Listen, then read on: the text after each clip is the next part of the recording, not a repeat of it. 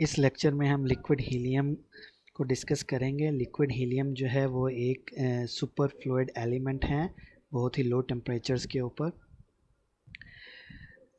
जैसे ही हम temperature decrease करते हैं तो क्लासिकली कोई भी अगर आपके पास एलिमेंट है, कोई भी मटेरियल है, तो जैसे जैसे आप उसका टेम्परेचर डिक्रीज़ करते जाएंगे तो उसके जो एटम्स की मोशन है वो सीज़ होना शुरू हो जाएगी और लो टेम्परेचर के ऊपर वो मटेरियल जो है वो सॉलिडिफाई हो जाएगा। लेकिन हीलियम जो है वो सॉलिडिफाई नहीं होता है जब इसको ऑर्डिनरी प्रेशर के ऊपर कूल डाउन किया जाता है, तो इसलिए ये लिक्विड फॉर्म में ही रहता है। टेम्परेचर ऑफ 2.19 केल्विन के ऊपर ये टेम्परेचर जो है वो कॉन्ट्रैक्ट होता है। इस टेम्परेचर तक जब इसको आप कूल करते हैं तो ये कॉन्ट्रैक्ट होगा लिक्विड हीलियम जो है, और उसके बाद जैसे ही वो 2.19 केल्विन को क्रॉस करेगा, यानी लो टेम्परेचर हम कर रहे हैं, यानी कि उससे लोअर टेम्परेचर होगा 2.19 से, तो ये सडनली एक्सपेंड करना शुरू हो जाएगा।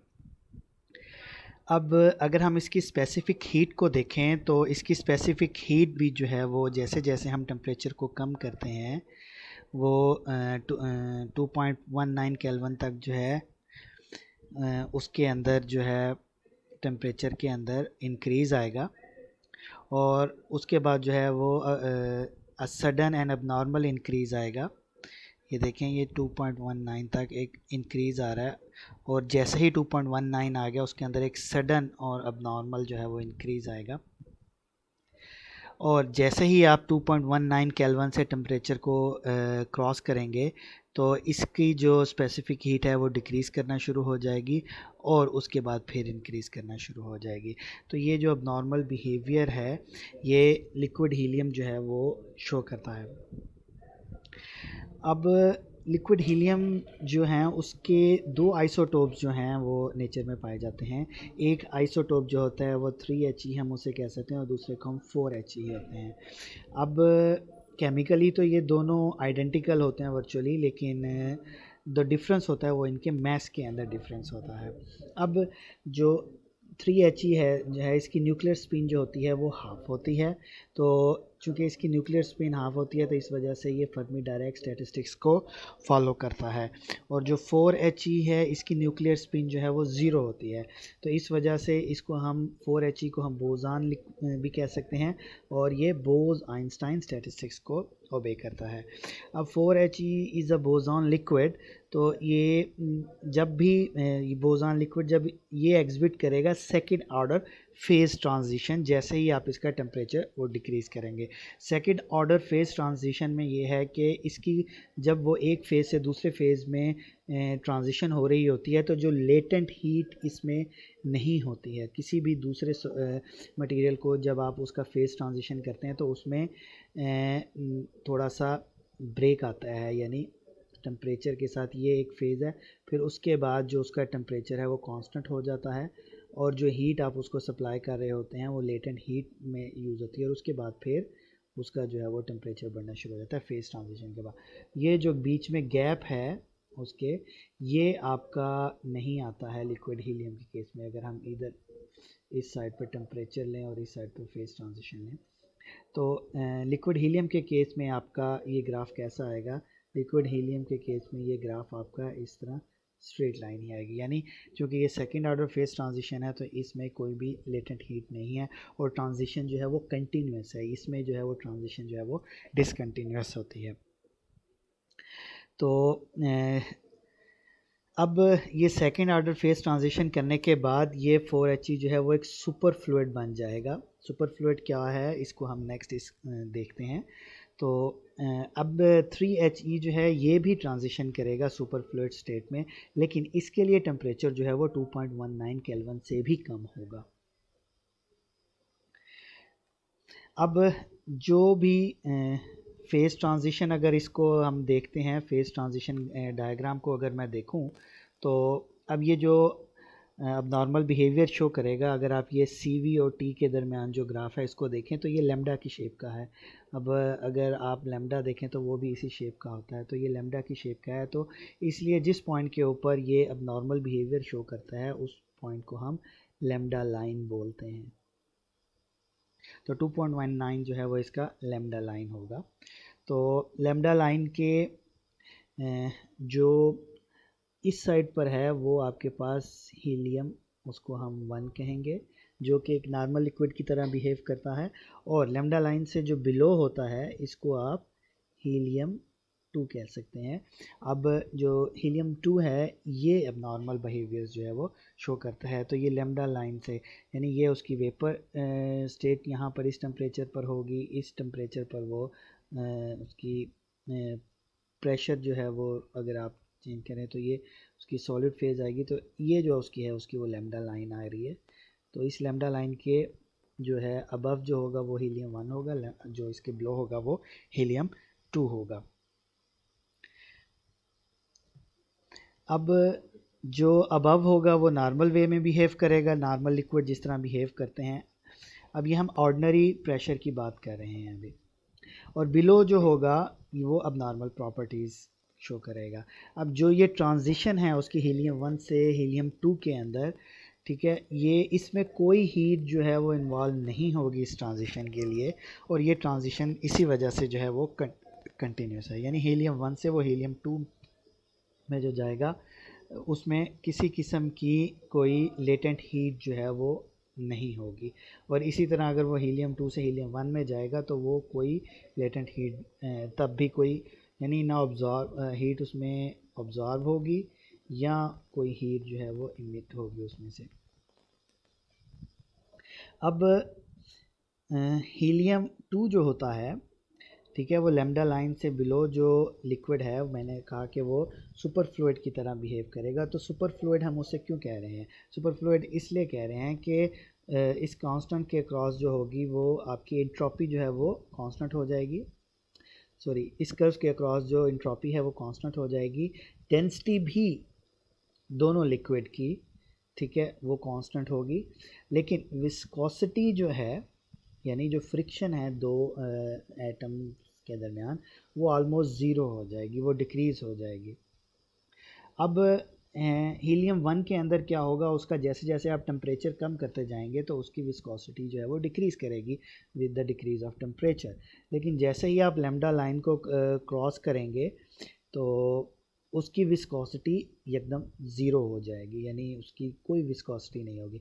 तो जब ऐसा आपके पास फ्लूइड जिसके एटम्स के दरमियान विस्कोसिटी ज़ीरो है तो वो जो है सुपर फ्लूइड की तरह बिहेव करेगा। इस वजह से हम इसको सुपर फ्लूइड कहते हैं।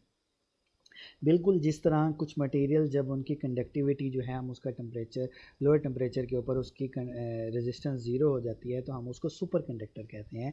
इसी तरह ऐसा फ्लूइड जिसकी लो टेम्परेचर के ऊपर अगर विस्कोसिटी जो है वो ज़ीरो हो जाए या अप्रॉक्सीमेटली ज़ीरो हो जाए तो हम उसको सुपर फ्लूइड कहते हैं। अब अगर हम किसी एक कैपिलरी ट्यूब के अंदर इस हीलियम को डालते हैं तो क्या होगा कि लो टेम्परेचर के ऊपर, जैसे अभी वो अगर वो सुपर फ्लूइड स्टेट के अंदर नहीं गया है तो वो कैपिलरी ट्यूब उसको होल्ड करेगी।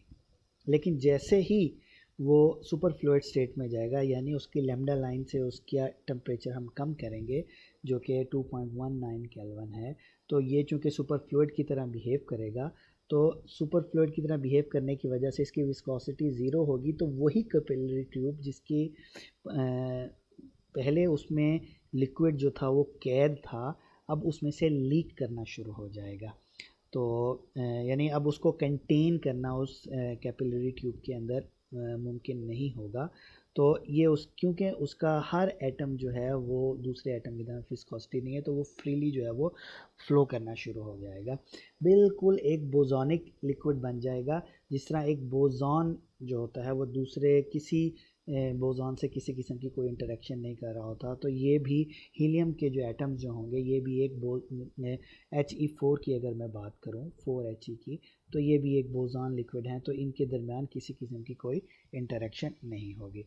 तो जो जनरल प्रॉपर्टीज़ हैं हीलियम 2 की, यानी बिलो द 2.19 केल्विन, वो ये होंगी कि अगर हम इसे लिक्विड हीलियम 2 के ही किसी समुंदर के अंदर इस ट्यूब को डालें और इस कैपिलरी ट्यूब के अंदर अगर लिक्विड हीलियम 2 का वॉल्यूम कम है तो क्या होगा, इस समुंदर से जो बाहर से जो लिक्विड हीलियम है उसका लेवल इक्वल करने के लिए इसमें आएगा। अगर हम इस कैपिलरी ट्यूब के अंदर उसका लेवल हाई है तो इस कैपिलरी ट्यूब में से लिक्विड जो है अपना लेवल को मेंटेन रखता है, तो लिक्विड जो है वो बाहर जाएगा। लेकिन जैसे ही हम इसमें से इसको बाहर निकालेंगे तो ये कैपिलरी ट्यूब में से सीप करना शुरू हो जाएगा, लीकेज जो है वो स्टार्ट हो जाएगी, जो कि पहले वो कंटेन था इस कैपिलरी ट्यूब के अंदर, लेकिन अब उसमें लीकेज स्टार्ट हो चुकी है। अब सुपर फ्लूइड जो हीलियम 2 है जिसको हम सुपर फ्लूइड कह रहे हैं, इसकी कुछ प्रॉपर्टीज़ हैं जो कि पेक्यूलियर प्रॉपर्टीज़ हम उनको कह सकते हैं। एक तो सुपर फ्लूइडिटी है जो अभी हमने डिस्कस की, दूसरा है कि इसकी हाई हीट कंडक्टिविटी होती है, इवन इसकी मेटल यानी कॉपर्स से भी ज़्यादा हीट कंडक्टिविटी होती है कि इक्वल होती है, और इस तरह हाई इलेक्ट्रिकल कंडक्टिविटी भी होगी। अब रीज़न क्या है इसकी इस पेक्यूलियर प्रॉपर्टीज़ की हीलियम 2 की उस लेमडा लाइन से जैसे ही वो बिलो जाएगा टेम्परेचर, तो एक्चुअल में हीलियम 2 जो होता है लेमडा लाइन के नीचे मिक्सचर होता है 2 काइंड ऑफ लिक्विड्स का। अब उसमें से वन लिक्विड जो होता है वो नॉर्मल एटम्स होते हैं जिनके दरमियान नॉर्मल विस्कोसिटी होती है, और जो दूसरा लिक्विड होता है वो उनके जो एटम्स के दरमियान विस्कोसिटी है वो ज़ीरो होती है, और वो जो एटम्स होते हैं वो लोएस्ट स्टेट ऑफ एनर्जी में होते हैं जिसको हम ज़ीरो पॉइंट एनर्जी कह सकते हैं। अब ये क्योंकि दो लिक्विड्स का मिक्सचर होता है तो जो नॉर्मल लिक्विड है उसके एटम्स के दरमियान में ये जो आपके पास दूसरा लिक्विड है जिसकी लोएस्ट एनर्जी स्टेट के अंदर एटम्स होते हैं और जिसकी विस्कोसिटी ज़ीरो है, वो उसके दरमियान में फ्रीली मूव करता है क्योंकि उसकी फ्रिक्शन नहीं होती है, जिसकी वजह से वो फ्रीली मूव करने के बाद वो एटम बाय एटम जो है उस कैपिलरी ट्यूब में से लीक करना शुरू हो जाता है, क्योंकि उसकी जो कैपिलरी ट्यूब भी किसी मटेरियल से मिलकर बनी होगी तो उसकी पोरोसिटी जो है वो चूँकि एटम्स के लिक्विड हीलियम के एटम्स के साइज से बड़ी होती है तो उनके लिए वो एक डोर की तरह वर्क करता है और वो उसमें से सीपी जो है या लीकेज दूसरे मानों में आप स्टार्ट हो जाती है। तो अब बेनिफिट क्या होगा, अब आपके पास अगर हीलियम 2 है तो हीलियम 2 जिसे हम कह रहे हैं कि ये सुपर फ्लूइड स्टेट में आ चुका है, ये मिक्सचर है 2 फ्लूइड्स का, तो ये बेसिकली कौन से टू फ्लूइड्स हो सकते हैं, एक आपके पास 3 हीलियम हो सकता है आइसोटोप और दूसरा आपके पास 4 हीलियम आइसोटोप्स हो सकता है। अब जो 4 हीलियम आइसोटोप्स है ये 2.19 टेम्परेचर के ऊपर सुपर फ्लूइड बन जाता है, लेकिन जो 3He होता है ये इससे भी लोअर टेम्परेचर के ऊपर जो है वो सुपर फ्लूइड बनता है। तो इस वजह से जैसे ही आप 2.19 से केल्विन से लोअर टेम्परेचर पर जाते हैं तो आपके पास एक मिक्सचर आता है, तो जिसको हम He2 कह रहे हैं, बेसिकली ये मिक्सचर है 3He का और 4He का, जिसमें से 4He तो सुपर फ्लूइड स्टेट में जा चुके हैं और 3He जो हैं वो अभी भी नॉर्मल फ्लूइड की फॉर्म में है।